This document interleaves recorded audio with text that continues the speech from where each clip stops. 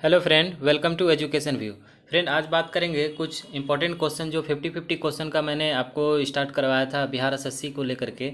तो ये क्वेश्चन ना सिर्फ बिहार एसएससी, जो आगामी आने वाले जितने भी सारे एग्ज़ाम हैं उसमें भी बहुत ही इंपॉर्टेंट साबित होगा। तो आइए आज की शुरुआत करते हैं। शुरुआत करने से पहले फ्रेंड, अगर आप मेरे चैनल पर नए हैं तो चैनल को सब्सक्राइब कर लीजिएगा, साथ में बेल आइकन को प्रेस कर लीजिएगा, जिससे कि नोटिफिकेशन और वीडियो इस तरह की रिलेटेड आपको सबसे पहले और समय समय पर मिलता रहे। पीडीएफ अगर चाहते हैं तो पीडीएफ मेरे टेलीग्राम चैनल पर मिल जाएगा, वहां से आप जाकर के पीडीएफ को डाउनलोड करके देख सकते हैं। तो आइए आज की शुरुआत करते हैं। फर्स्ट क्वेश्चन की बात करें तो फर्स्ट क्वेश्चन है कि सौर ऊर्जा से रासायनिक ऊर्जा में रूपांतरण का उदाहरण है। तो चार ऑप्शन है: प्रकाश संश्लेषण, नाभिकीय संयंत्र, फोटोसेल, इनमें से कोई नहीं। तो इसका सही आंसर हो जाएगा प्रकाश संश्लेषण। नेक्स्ट है, भारत में नैनो मिशन की शुरुआत कब हुई थी? तो इसकी शुरुआत हुई थी वर्ष 2007 ईस्वी में। नेक्स्ट है कि समुद्र या महासागर में डूबी हुई वस्तुओं की स्थिति जानने के लिए निम्न में से किस यंत्र का प्रयोग किया जाता है? तो यह किया जाता है सोनार का।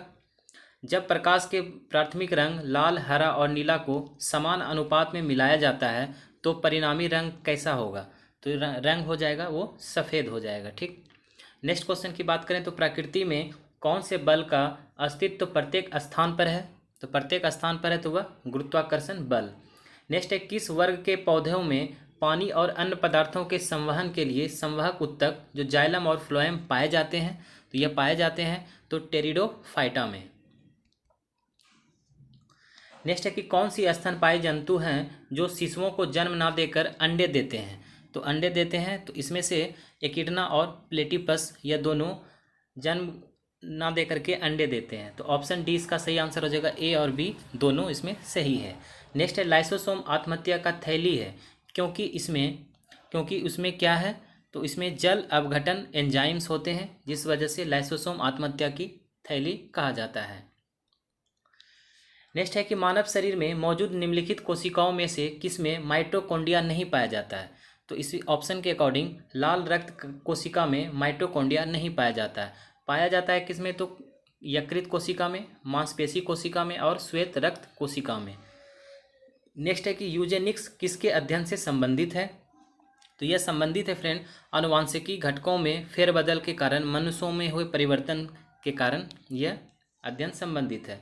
डाउन सिंड्रोम से ग्रसित व्यक्तियों में निम्न में से कौन सा रोग सर्वाधिक होता है? तो डाउन सिंड्रोम अगर होता है तो उसमें अल्जाइमर का रोग सर्वाधिक होता है। नेक्स्ट क्वेश्चन की बात करते हैं। तो नेक्स्ट क्वेश्चन कह रहा है कि कार्बोहाइड्रेट, प्रोटीन और वसा का पूर्ण पाचन कहाँ होता है? तो इसका पाचन होता है छोटी आंत में। नेक्स्ट है कि अल्प विकसित अर्थव्यवस्था की सामान्य विशेषताएं होती है। तो इसमें से 3 दिया हुआ है: प्रति व्यक्ति निम्न आय, पूंजी निर्माण की निम्न दर और जनसंख्या दबाव। तो इसमें से सही आंसर इसका हो जाएगा, उपयुक्त में से सभी हो जाएगा। 1, 2, 3 तीनों इसमें से सही है। नेक्स्ट है कि निम्नलिखित में से कौन से कारक उत्पादन के कारक नहीं माने जाते हैं? चार ऑप्शन है: भूमि है, श्रम है, पूंजी और लाभ। इसमें से कौन ऐसे हैं जो उत्पादन के कारण नहीं माने जाते हैं? तो इसमें से लाभ उत्पादन के कारण नहीं माने जाते हैं। निम्नलिखित में से किस समिति का संबंध गरीबी मापन से नहीं है? गरीबी मापन से नहीं है तो पीजे नायक यह गरीबी मापन से संबंधित नहीं है।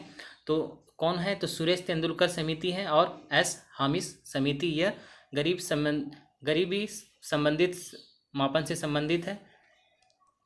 नेक्स्ट क्वेश्चन की बात करें तो conspiracy to kill Rajiv Gandhi नामक पुस्तक के लेखक कौन है? तो इस पुस्तक के लेखक हैं के रघोत्थमन। ऑप्शन बी इसका सही आंसर है। नेक्स्ट है कि इनमें से गंगा नदी में उत्तर से आकर मिलने वाली नदी कौन है? तो उत्तर से आकर मिलने वाली नदी की बात की जा रही है तो कोसी, बूढ़ी, गंडक हो जाएगा। ऑप्शन डी इसका सही आंसर हो जाएगा। कोसी और बूढ़ी गंडक, इनमें से गंगा नदी में उत्तर से आकर मिलने वाली यह नदी है। नेक्स्ट है कि संयुक्त राष्ट्र प्रत्येक वर्ष किस दिन को अंतर्राष्ट्रीय गुलामी उन्मूलन दिवस मनाता है? यह मनाता है 2 दिसंबर को। उपन्यास दुर्गेश नंदिनी के लेखक निम्नलिखित में से कौन है? तो इसमें से लेखक हैं तो इसका सही आंसर हो जाएगा कि बंकिम चंद्र चटर्जी। नेक्स्ट है, निम्नलिखित में से किसे चालकोलिथिक युग भी कहा जाता है? तो इसे कहा जाता है ताम्रपाषाण युग को। नेक्स्ट है, मौर्य वंश के पश्चात किस वंश का राज स्थापित हुआ? तो मौर्य वंश के बाद सुंग वंश स्थापित हुआ था। तो राइट आंसर ऑप्शन नंबर इसका सी हो जाएगा।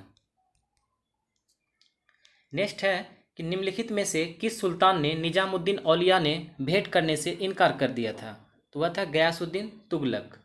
जयप्रकाश नारायण निम्नलिखित में से किस आंदोलन से संबंधित थे? तो ये संबंधित है भारत छोड़ो आंदोलन से। अशोक के शासनकाल में बौद्ध सभा किस नगर में आयोजित की गई थी? तो यह किया गया था पाटलिपुत्र में। गौतम बुद्ध को एक देवता का स्थान किस राजा के शासनकाल में प्राप्त हुआ है? यह प्राप्त हुआ है कनिष्क के शासनकाल में। नेक्स्ट है निम्नलिखित में से किसने सिविल सेवा परीक्षाओं में प्रवेश की अधिकतम आयु की सीमा 21 से घटाकर 19 कर दी थी? तो यह लॉर्ड लिटन ने। नेक्स्ट है सभी राज्यों के लिए उच्च न्यायालय की व्यवस्था होगी, संविधान के किस अनुच्छेद में यह वर्णित है? तो यह वर्णित है अनुच्छेद 214 में। संविधान सभा द्वारा राष्ट्रमंडल में भारत की सदस्यता का सत्यापन कब किया गया था? तो फ्रेंड यह किया गया था मई 1949 ईस्वी में। नेक्स्ट क्वेश्चन है कि भारत में क्षेत्रीय परिषदों के संदर्भ में निम्नलिखित में से कौन सा कथन सही है? तो सही कथन की पहचान करना है। तो परिषदें भारतीय संघ व्यवस्था के उपसंघीय सूत्र के रूप में कार्य करती है। और सेकेंड है कि परिषदें भारतीय संघ व्यवस्था में राज्यों के मध्य सहयोग एवं एकीकरण का मार्ग प्रशस्त करती है। तो यह दोनों ऑप्शन सही है। तो ऑप्शन 1 और 2 दोनों सही हो जाएगा, सी नंबर। नेक्स्ट है कि राज्य पुनर्गठन आयोग के अध्यक्ष निम्नलिखित में से कौन थे? तो इसमें से थे फजल अली। नेक्स्ट है निम्नलिखित में से कौन सा कथन गलत है? तो गलत कथन की पहचान करना है। तो सबसे पहले फर्स्ट देखते हैं कि 3 प्रधानमंत्रियों की मृत्यु उसकी पदावधि के दौरान हो गई थी। तो ये तो सही है। मोरारजी देसाई सबसे कम अधिक उम्र के प्रधानमंत्री बने हैं, बिल्कुल सही है। कैबिनेट मंत्रियों में सबसे बड़ा कार्यकाल जगजीवन राम का रहा है, ये भी सही है। मंत्रिमंडल सचिवालय का प्रशासनिक प्रमुख प्रधानमंत्री होता है। फ्रेंड यह ऑप्शन गलत है। तो right answer option number D हो जाएगा। नेक्स्ट बात करते हैं कि वायु के क्षैतिज संचलन से ताप का स्थानांतरण क्या कहलाता है? तो यह अभिवहन कहलाता है। नेक्स्ट है निम्नलिखित में से कौन सा कथन पार्थिव विकिरण के संबंध में सही है? तो इसमें से पृथ्वी द्वारा उत्सर्जित दीर्घ तरंग ऊर्जा से वायुमंडल को नीचे गर्म करना, यह सही है पार्थिव विकिरण के संबंध में। नेक्स्ट है अफ्रीका के उष्णकटिबंधीय घास के मैदान को किस नाम से जाना जाता है? तो उसे सवाना के नाम से जाना जाता है। भूकंपीय तीव्रता को किससे मापा जाता है? यह मापा जाता है रिएक्टर स्केल से। नेक्स्ट है महाद्वीपों एवं महासागरों के वितरण से संबंधित महाद्वीपीय विस्थापन सिद्धांत किस वैज्ञानिक के द्वारा प्रतिस्थापित किया गया?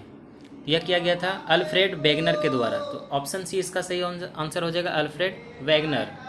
नेक्स्ट है निम्नलिखित में से कौन सा खनिज सामान्यतः आग्नेय तथा रूपांतरित सेलों में पाए जाते हैं तथा इसके उपयोग विद्युत उपकरण बनाने में भी किया जाता है? तो यह हो जाएगा माइका। नेक्स्ट है कि चलवासी पशुचरण पद्धति भारत के किन राज्यों में प्रचलित है? तो यह प्रचलित है राजस्थान में। नेक्स्ट है एल्कोहलिक खमीरन का आखिरी उत्पाद यानी प्रोडक्ट क्या है? इसका आखिरी है तो इथाइल एल्कोहल। ऑप्शन ए इसका सही आंसर है। नेक्स्ट है कि हाइड्रोक्लोरिक एसिड कांच की बोतल में नहीं रखा जाता है क्योंकि वह अभिक्रिया करता है। तो वह अभिक्रिया करता है कांच की सिलिकॉन डाइऑक्साइड से। ऑप्शन सी इसका आंसर हो जाएगा, कांच के सिलिकॉन डाइऑक्साइड से। नेक्स्ट है क्लोरीन का इलेक्ट्रॉनिक संरूपण क्या होता है? तो यह होता है 287।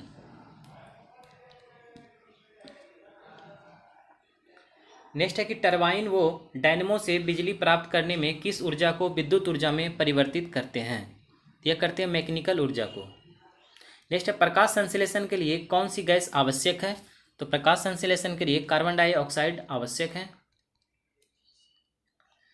रसायन उद्योग में कौन सा तेजाब मूल रासायनिक माना जाता है? यह माना जाता है H2SO4।